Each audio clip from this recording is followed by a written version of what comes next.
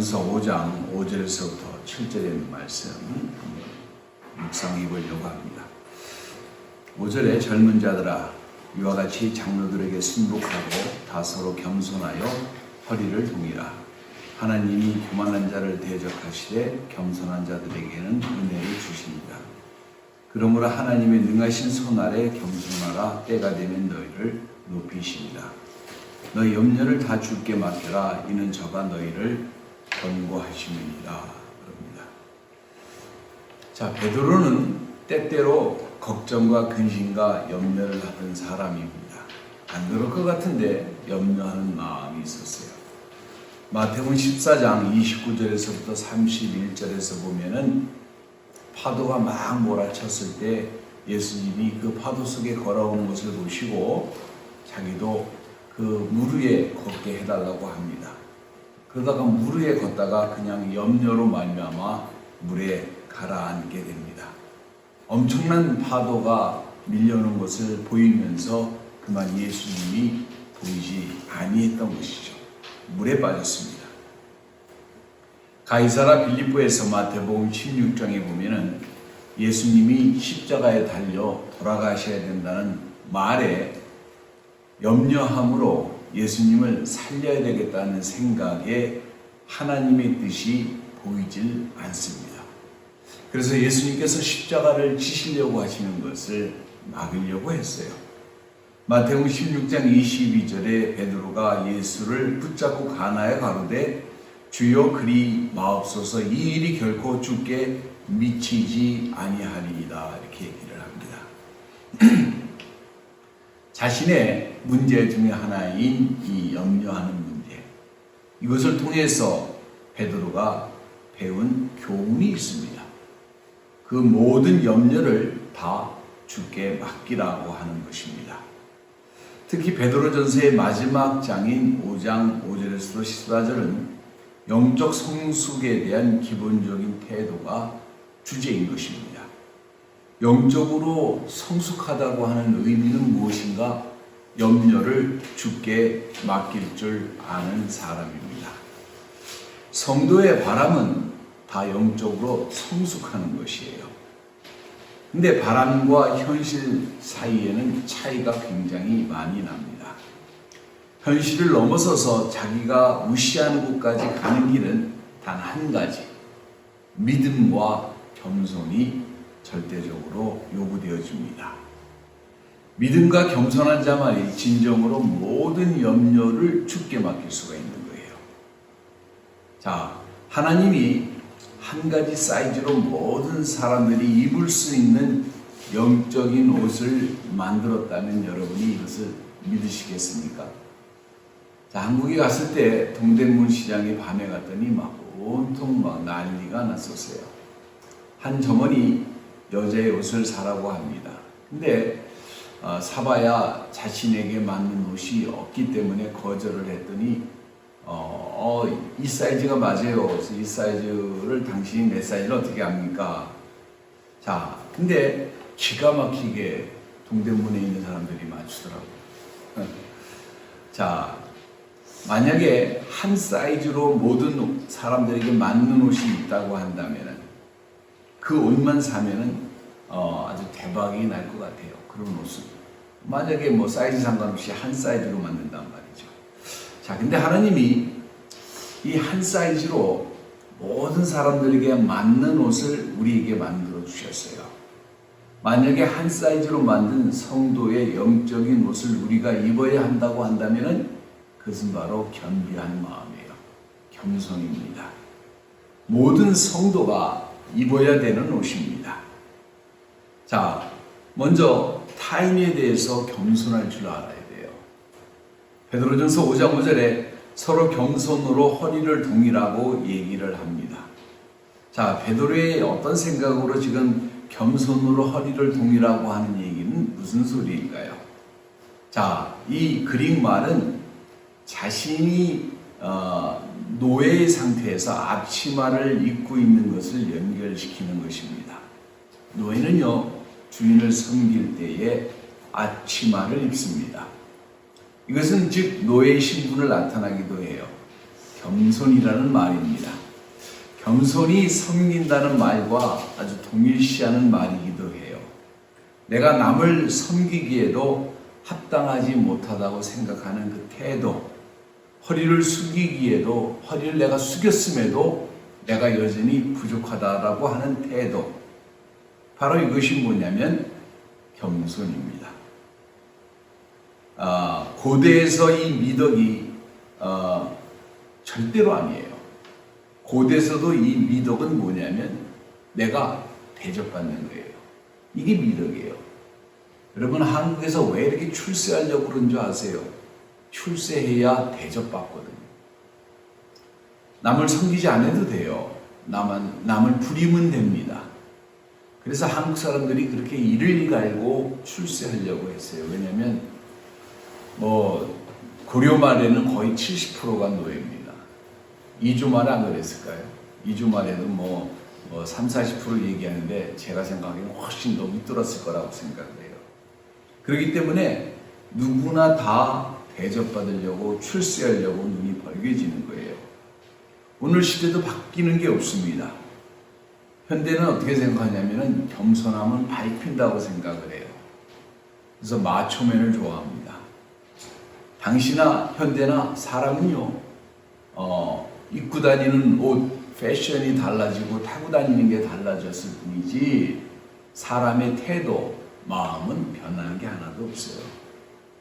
노예처럼 앞치마를 입고 다른 사람을 섬기라고 말을 한다고 하면은 이게 굉장히 이상한 말인데 크리스천한테는 이게 이상한 말이 전혀 아닌 거예요. 왜냐하면 지금 베드로는 누구를 연상하고 우리에게 얘기를 해주고 있냐면 예수님을 생각하고 지금 얘기를 하는 것입니다. 요한복음 13장 4절에서 5절에 저녁 잡수던 자리에서 일어나 겉옷을 벗고 수건을 가져다가 허리에 두르시고 이에 대야에 물을 담아 제자들의 발을 씻기시며 그 두르신 수건으로 씻기를 시작하여 그렇게 얘기를 합니다. 원래는 먼지가 많은 길을 샌들을 신고 걷는 거기 때문에 가장 어린 연소자가 아랫사람이 이제 어디서 들어가서 쉬면은 물을 가져와서 발을 닦아주는 것이 이 매너입니다. 예의입니다. 매너스, 예의입니다. 근데 이 12제자가 다 잘났어요. 치열한 눈치 전쟁을 합니다. 이거를 올 하루 종일 걸었기 때문에 나가서 물을 떠와서 발을 씻겨주는 것도 번거로운 일이고 서로 안 하려고 눈치 보고 있는 거예요. 밥 먹을 때 밥값 내지 않는 거하고 똑같은 거죠. 밥 먹을 때 밥값 내지 않는 방법. 첫째, 구두끈을 맨다. 둘째, 그 시간에 화장실 간다. 셋째, 계산서에서 멀리 앉는다. 넷째, 모른 척하고 다른 데 쳐다본다. 대단한 사람은 어떤 사람을 지목해서 네가 내라고 한다. 제 친구 중에 한 사람이 있었는데 그 친구가 그걸 잘해요. 맨날 돈 많은 애가 있는데 야, 오늘은 방금 네가 내. 그러면 걔가 왜 나야? 막 그러면 이 새끼가 째째하게 그러면은 주변에서 막 째째하자는 사람 돈 내. 그리고 왜 맨날 나야? 그러는데 그러면 또 혼나요. 자식이 바깥 가지고 치사하게. 자, 여기서도 뭐냐면 치열한 눈치 전쟁이 벌어집니다. 치사한 거죠. 그죠? 발을 씻겨줘야 하니까 싫은 거예요. 자, 이제 우리처럼 이렇게 앉아있는 게 아니에요. 약간 비스듬히 누워있습니다. 누워있는데 발이 더러우니까 이게 서로 불편한 거예요. 그러니까 주님이 홀로 일어나셔서 물을 가져오시고 수건을 허리에 동이시고 오셔서 일일이 제자들의 발을 씻겨주십니다. 다른 사람에 대해서 겸손하다는 것. 사람의 필요에 다른 사람이 개입할 때까지 기다리지 않는다는 것을 말합니다. 그 근간에서 흐르는 정신이 빌립보서 2장 3절과 5절에 나옵니다. 아무 일이든지 다툼이나 허용으로 하지 말고 오직 겸손한 마음으로 각각 자기보다 남을 낮게 여기고 4절 각각 자기 일을 돌아볼 뿐더러 또한 각각 다른 사람의 일을 돌아보아 나의 기쁨을 충만케 하라. 5절 너희 안에 이 마음을 품으라 곧 그리스도 예수의 마음이라 이렇게 얘기를 합니다. 교만함과 이기주의는 사람을 겸손하지 못하게 만들어요. 내가 교만하면, 내가 남들보다 낫다고 생각하면, 내가 저 사람한테 막혀도 된다고 생각하면 절대 겸손할 수가 없어요. 자기 중심적인 사람은 절대로 겸손할 수 없어요. 이 교만함과 이기주의, 이것이 사람들이 죄성에 들어가 있기 때문에 남을 섬기기보다는 남을 지배하는 것을 원합니다. 근데 주님은 우리를 오히려 섬기셨어요. 능력이 없어서도 아니고 힘이 없어서도 아닙니다. 주님은 본을 보여주시는 거예요. 이것이 뭐냐면 이 크리스찬이티가 세상과 다른 면인 것입니다. 지도자가 더 편한 것이 아니라 지도자가 조금 더 일을 하고 본을 보여주고 희생하고 헌신하는 모습을 보여주는 거예요. 이게 지도자입니다. 자, 지금 뭐라고 누구를 섬기라고 얘기를 했냐면은 장로를 섬기라고 얘기합니다. 여기서 얘기하는 장로는 장로교회의 장로님이 아니라 지도자를 말합니다. 교회의 목사님들을 말합니다. 그래서 왜? 이거는요, 질서를 세워주기도 하고 그 장로들이 영혼을 돌보는 사람이기도 하고 영적인 지도자이기도 하기 때문에 그런 거예요. 뿐만 아니라 서로를 향해서 섬기라고 합니다. 왜? 이것이 바로 사랑의 원동력이에요. 내가 누구를 일방적으로 사랑하는 것은 반드시 한계에 부딪힙니다. 그리고 어느 정도를 가다 보면 회의를 느끼게 하고 좌절하게 하고 분노하게 만들어요. 그러나 서로 사랑을 하게 되면 그러한 갈등이 굉장히 해소가 되는 거예요. 자, 하나님께 대한 겸손도 해야 됩니다. 지금 베드로는 구약을 인용하는데 베드로전서 3장, 잠언서 3장 3절 34절에 보면은 하나님은 거만한 자를 비웃으시며 겸손한 자에게 은혜를 베풀어 주신다고 얘기를 합니다. 자, 왜 겸손해야 되는가? 동기는 뭐냐면은 하나님은 거만한 자를 비웃으시고 겸손한 자에게 은혜 베푸시기를 원하십니다. 자, 하나님의 은혜를 사모하는 사람들은 교만을 멀리 해야 돼요. 경비해야 됩니다.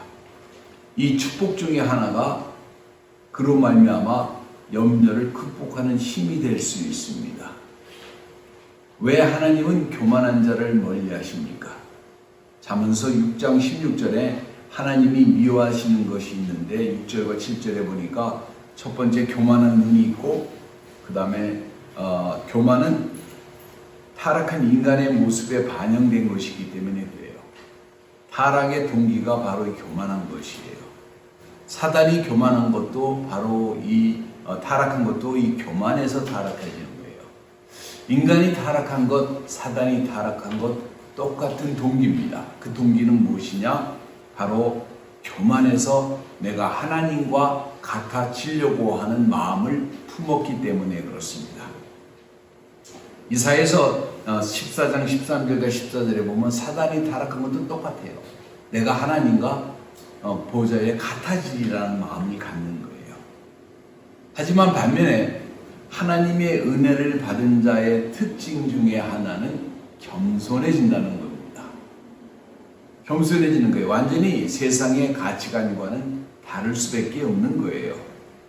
이사야서 57장 15절에 지존무상하며 영원히 거룩하며 거룩하다 이름하는 자가 이같이 말씀하시되 내가 높고 거룩한 곳에 거하며 또한 통회하고 마음이 겸손한 자와 함께 거하리니 이는 겸손한 자의 영을 소생케 하며 통회하는 자의 마음을 소생케 하려 함이니라 이렇게 얘기를 하십니다.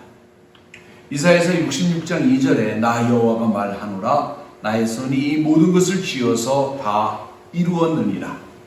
물은 마음이 가난하고 심령이 통회하며 나의 말을 인하여 떠는 자 그 사람은 내가 권고하려니와 이렇게 얘기를 해요. 하나님의 말을 듣고 겸비해서 떠는 자, 두려워하는 자, 그 사람은 하나님이 권고하시겠다고 얘기를 합니다. 하나님의 축복이 있는 자들의 가장 큰 특징 중에 하나는 뭐냐면 교만하지 않고 겸비하다고 하는 거예요. 겸손하다고 하는 말입니다. 문제 있는 사람들이 보통 다른 유명한 의사나 책이나 타인의 경험을 찾아가지고 자신이 가지고 있는 문제를 해결하려고 합니다. 그러나 문제를 해결받기보다는 구원받기보다는 오히려 더 큰 고통 속으로 빨려 들어가는 경우가 엄청 많다는 사실이에요. 그 이유는 간단합니다. 하나님을 바라보고 하나님의 은혜를 체험받기보다는 오히려 그 교만함으로 말미암아 하나님을 멀리하고 세상 지식을 찾아 헤매기 때문에 그런 거예요. 하나님의 지혜를 대적하지 마시기를 바랍니다. 구약에서 보면은 하나님의 전능한 손이라는 표현을 자주 쓰세요. 다시 말하면 하나님이 온 세상을 다스리는 권세를 가지고 있다라고 하는 사실입니다. 전능하신 유일한 존재가 바로 여러분이 섬기는 하나님이십니다. 때로는 우리를 구원의 방패로, 때로는 구원으로, 때로는 징계의 손으로 우리에게 인도하시는데 이것을 통해서 욥도 겸비하게 만듭니다. 욥이 처음에는 억울하다고 생각을 했어요. 그러다가 나중에 자신이 당한 고통을 보고서 욥기서 42장 3절에 무지한 말로 이치를 가리우는 자가 누구이나이까? 내가 스스로 깨달을 수 없는 일을 말하고 스스로 알 수 없고 헤아리기 어려운 일을 말하였나이다. 자신을 변명하고 막 했지만은 자신에게 문제가 있다는 것을 발견하기 시작합니다. 5절과 6절에 이제 내가 죽게 되어 귀로 듣기만 하였사옵더니 이제 눈으로 주를 배움나이다. 그러면 내가 스스로 하나여 티끌과 제 가운데 회개하나이다. 우리가 하나님 앞에 나가면요, 그 거룩하신 하나님 앞에 우리가 할 수 있는 것은 뭐예요? 바로 내가 죄인이구나 라는 것을 철저하게 깨달을 수밖에 없다는 거예요. 그거 외에는 다른 게 없습니다. 욥이 자신의 문제를 통해 얻은 갈등을 통해서 얻은 것은 뭐예요? 내가 죄인이었구나. 회개하는 거예요. 로마서 15장 4절에 구약의 사건이 기록되어 있는데 무엇이든지 전에 기록한 바는 우리의 교훈을 위해서 기록된 것이 우리로 하여금 인내로 또는 성경의 안위로 소망을 가지게 하려 함이니라 이렇게 얘기를 합니다. 하나님이 오늘 여러분에게 주시는 각기 연단이 있어요. 여러분은 이것을 어떻게 해석을 하십니까? 해결을 못한다, 해석할 수 없다라고 생각할 수도 있어요. 근데 사실은 이 연단을 통해서 하나님께서 자녀들의 뺨을 후려치시려고 하시는 것이 아니라 소망에 대한 근거를 주시는 것일 수도 있습니다. 하나님은 당신의 자녀들에게 항상 좋은 의도로 대해 주세요. 현재의 염려스러운 상황을 통해서 주님께서 주시는 미래의 축복을 그리시기 바랍니다. 고통을 통해 겸비해지고 낮아지면 때가 되면 하나님께서 반드시 들으십니다. 젊은 자들아 이와 같이 장로들에게 순복하여 다 서로 겸손으로 허리를 동이라. 하나님이 교만한 자를 대적하시되 겸손한 자에게는 은혜를 주시느니라 이렇게 얘기를 합니다. 그럼 언제 은혜를 주십니까? 그때가 언제입니까? 이게 뭐냐면 급한 사람들의 생각이에요. 근데 하나님의 때는 모르지만 내 때는 아니에요. 우리 때는 분명합니다. 항상 뭐예요? 지금 이 시간이에요. 당장. 그러나 하나님의 때라고 하는 것은 이 시험을 통해서 당신이 목적하시는 그 목적을 온전히 이루실 그 때가 바로 하나님의 때입니다. 그리고 하나님의 때는 완전합니다. 시험을 당할 때에 걱정과 근심이 쌓일 때에 눈에 보이는 소망이 하나도 없고 그 연단과 연단이 끊임없이 반복적으로 일어나고 시련과 고통과 환난과 절망과 낙담이 끊임없는 악순환이 반복되는 그 시간에 모든 것이 끝이라고 생각할 그때에도 이런 소리에 귀를 기울일 이유가 이유가 없습니다. 믿는 자들에게는 하나님의 때가 반드시 있습니다. 구원의 때를 기다리시기 바랍니다. 자, 어떻게 기다리겠는가? 베드로는 이렇게 얘기합니다. 겸손해라. 교만해지지 말라. 계산하지 말고 잔재자를 넘지 말고 모든 염려를 믿음으로 다 주께 맡겨라 이겁니다. 그 다음이 중요합니다. 그 다음에는 믿음을 갖고 어떻게 해야 됩니까? 기다리는 것입니다. 믿음으로 인내하는 것이에요. 겸손은 주님을 신뢰하는 것에서 옵니다. 그래서 주님을 신뢰하기 때문에 나도 겸비하고 겸손할 수 있는 거예요. 믿음이 있는 사람 치고 교만하다고 하면은 그건 이상한 거예요. 믿음이 없는 겁니다. 믿음이 많을수록 더 겸비해질 수밖에 없어요. 하나님을 신뢰하면 신뢰할수록 우리는 우리의 존재를 알 수밖에 없어요. 하나님을 내가 신뢰한다는 것은 하나님을 아는 것인데, 하나님을 아는 사람들은 뭐예요? 욥도 내가 죄인입니다. 이사야도 내가 죄인입니다 라고 고백했듯이 내가 뭐예요? 교만할 수가 없는 거예요. 하나님 앞에 의탁한 사람이 말을 함부로 한다? 이거 있을 수가 없는 얘기예요. 하나님을 위탁한 사람이 행동을 함부로 한다? 이거는 꿈에도 상상도 못하는 일입니다. 이걸 알아야 돼요. 세 번씩 예수를 배반한 그 베드로에게 주님께서 친히 오셔서 세 번씩 질문을 합니다. 네가 나를 사랑하느냐? 성령을 부으시고 사용하시는 주님께서 베드로에게 다 의탁할 수 있는 분이라고 하는 확신, 내가 할 수 없는 것을 하나님이 신뢰하기 때문에 하나님을 신뢰하기 때문에 하나님에게 맡기는 것, 이것입니다. 맡긴다고 하는 그릭말은 뭐라 그랬어요? 던진다는 거예요. 누구에게 무엇을 던진다고 하는 얘기입니다. 여러분의 문제를, 걱정과 근심을 하나님께 믿음을 가지고 던지라는 거예요. 왜? 내 힘으로 해결할 수 없지만은 하나님께서 해결해 주실 것이라고 하는 믿음이 있다면 그분에게 믿고 던졌으면 됐잖아요. 근데 꼭 사람들이 믿습니다고 던지고 바로 또 찾아가고, 던지고 찾아가고, 던지고 찾아가고, 이럴수록 뭐예요? 의심은 점점 커지고 믿음은 점점 약해지고 좌절은 점점 심해지는 거예요. 믿음으로 어떻게 돼요? 그 다음부터는 인내하는 것입니다. 겸손은 주님을 신뢰하는 것이라고 하잖아요. 자, 모든 염려를 다 모으십시오. 불만족, 절망, 낙담, 의문, 고통, 염려, 아픔, 좌절, 실망, 여러분이 인생의 지난길에서 온 모든 것들을 다 주님한테 던지시고 의탁하십시오. 자, 베드로의 이 말은 사실은 시편에 있는 말을 인용한 말이에요. 시편 55장 22절에 내 짐을 여호와께 맡겨버려라. 너를 붙드시고 의인의 요동함을 영영히 허락치 아니하시리로다, 이렇게 얘기를 합니다. 하나님에게 맡긴 것을 통해 여러분 실망한 적이 있습니까? 여러분이 하나님한테 맡기고 위탁했고 그리고 믿음으로 기다렸는데 실망한 적이 있어요. 적어도 저는 이런 얘기를 단 한순간도 들어본 적이 없어요. 여러분의 얼굴을 볼 때마다 여러분이 인정하든 인정하지 않든 저에게는 간증이 있습니다. 기도와 함께 이루어진 수많은 간증들이 있어요. 예전에 우리 교인 중에 지금 미얀마 선교사로 간 선교사님이 있는데 아들이 뭐 똑똑했다고 그래요. 근데 갑자기 공부하기 싫다고 하더니 놀기 시작을 해요, 이놈이.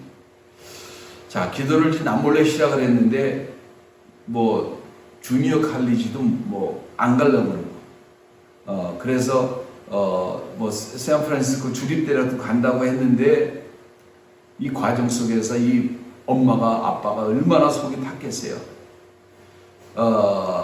그래가지고 어떻게 하다가 이제 UC 얼바인하고 이제 리버사이드가 됐는데 리버사이드를 가기를 원했어요. 그래서 리버사이드를 갔는데 또 다 이제 학교를 다니고 그랬는데 졸업을 하는데 두 과목을 패스 못해가지고 다시 또 막 애가 좌절하고 막 그랬습니다. 그래서 다시 공부하고 리포트를 내고 패스를 했는데 또 문제가 생겼어요. 다 해결돼서 그 다음에 또 다 해결돼서 이제 오리엔테이션을 갔다 왔는데 그래서 그 과정 속에서 잘 뭐 갈등하다 지금 엔지니어로 잘 지금 밥 먹고 잘 살고 있어요. 자, 근데 그 과정을 딱 쳐다보면 그 부모들은요, 그 순간순간이 그게 지옥이었던 거예요. 제가 대학교도 졸업 못하고 저러면 어떻게 살아가나. 근데, 그것을 통해서 뭐냐면 하나님을 바라보는 사람을 하나님이 어떻게 지키셨는지 기도 가운데 제가 잘 봤었습니다. 요동했습니까? 요동했지요. 좌절했나? 부모들이 좌절했지요. 그런데 하나님의 뜻은 뭡니까? 믿고 기다리라는 거예요. 제가 그들에게 해줬던 그 충고는 그거였습니다. 하나님을 믿었으면 기도하고 뒤에서 간섭하지 말고 스텝백해서 결과를 바라볼 줄 알아라. 근데요, 부모님은 그렇게 못해. 한 것만 뭐 잘못돼도 막 세상이 무너지는 줄 알아. 절대 안 무너지거든. 좀 냉정할 필요가 있는데 자식을 기르는 입장은 그게 아닐 수도 있지요. 다 길러봐서 알지만. 예. 그러나 하나님께서 그 가정을 인도하시고 이끄시고 지키시는데 지금은 뭐냐면 미얀마에 가서 선교 사업을 하는데 너무 잘해요. 교회도 2개나 세우고 자식 걱정 안 합니다. 애들 안 들어와요. 잘. 딸하고 아들이 살고 남편은 돌아가셨는데 잘하고 있어요. 자, 믿는 사람은 어떻게 해야 되는 거예요? 우리의 기도를 하나님한테 기도를 드리고 그리고 하나님한테 믿고 어떻게 하는 거예요? 맡기고 그 다음에 어떻게 하는 겁니까? 이제 기다릴 줄 아는 거예요. 기다려야 됩니다. 그리고 그 기다림 속에서 뭐가 생깁니까? 믿음이 생겨날 것입니다. 인내하는 마음이 생겨날 거예요. 왜 그 과정이 힘들지 않겠습니까? 엄청 힘들지요. 그러나 정말로 하나님을 믿고 위탁하고 내가 믿음으로 기다리면 하나님이 해결하시는 것을 우리 눈으로 목도하게 될 것이라고 저는 확신합니다. 겸손하게 믿고 기다릴 줄 아는 것, 믿음으로 인내하는 것, 이것이 오늘 우리의 삶 속에 필요한 것을 여러분에게 말씀드립니다. 기도하겠습니다. 하나님 아버지 감사합니다. 겸비함으로 서로 허리를 동이고 주를 찬미하며 앞으로 전진할 수 있게 하시고 믿음의 여정길 속에서 저희들의 모든 문제를 다 아버지 앞에 드리고 아버지 믿음으로 인내하며 주님께서 역사하시는 그것을 바라볼 수 있는 인내와 믿음을 허락하여 주옵소서. 이 시간을 아버지를 찬양하며 감사드리며 예수 그리스도의 이름으로